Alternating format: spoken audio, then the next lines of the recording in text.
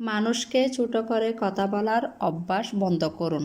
একদিন দেখবেন সময় আপনাকে এমন জায়গায় ছোট করবে যেখানে আপনি অনেক সম্মান পাওয়ার যোগ্য ছিলেন।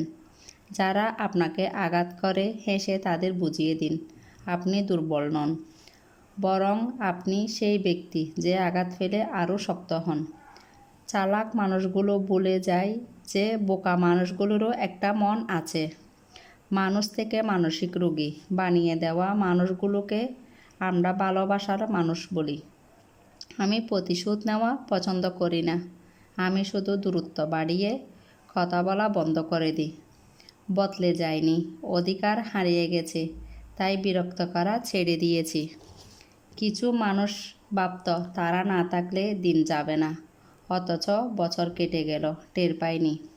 প্রচণ্ড কষ্ট নিয়ে যারা হারিয়ে যায় তারা শত অনুরোধের পরেও আর ফিরে আসে না। ধন সম্পত্তি নয়, মানুষের জীবনের সবচেয়ে প্রয়োজনীয় জিনিস হলো মানসিক শান্তি।